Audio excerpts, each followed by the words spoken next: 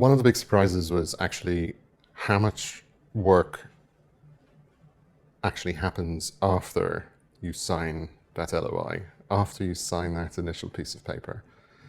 You think that there is a certain amount of finality to that you've hit the milestone. It turns out actually 80% of the work happens afterwards.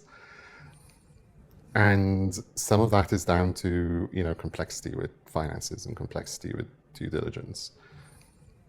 I had done due diligence during funding rounds, and let me tell you, an acquisition due diligence is very, very different.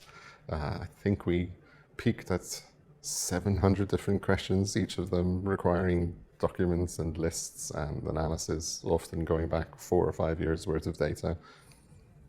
That was hard. One of the other things that surprised me was some of the complexities in things that come up during that process. You can't assume that you can keep everybody on side all the time for the whole period. And the saying that was drilled into me by GrowthPoint was time kills deals. And everything you do that takes more time adds a ton of risk. And we certainly saw that. Relationships became strong and then hit speed bumps. And, challenges happen because things are taking longer and you have to deal with them. And GrowthPoint helped us not just in terms of, getting the data and presenting the data and helping us in how to manage that process with the acquirer, but also helping us with kind of being the same person in the room when things were getting emotional because people had worked too many 15-hour days in a row. Everything becomes very personal for every single investor and every single board member and every single employee. I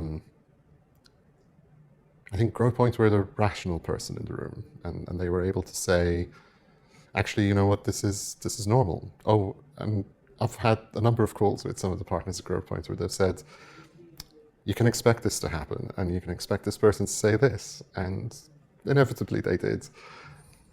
And it helped to know that it was par for the course and not something to get emotional about. We had to make a number of compromises in the end in order to get, there's a number of hard decisions that we had to make in terms of making sure we get things done fast.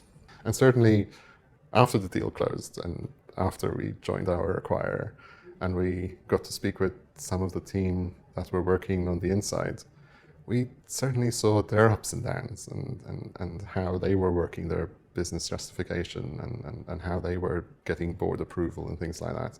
So yeah, the surprise is definitely making sure that that process goes smoothly and you keep it as short as possible.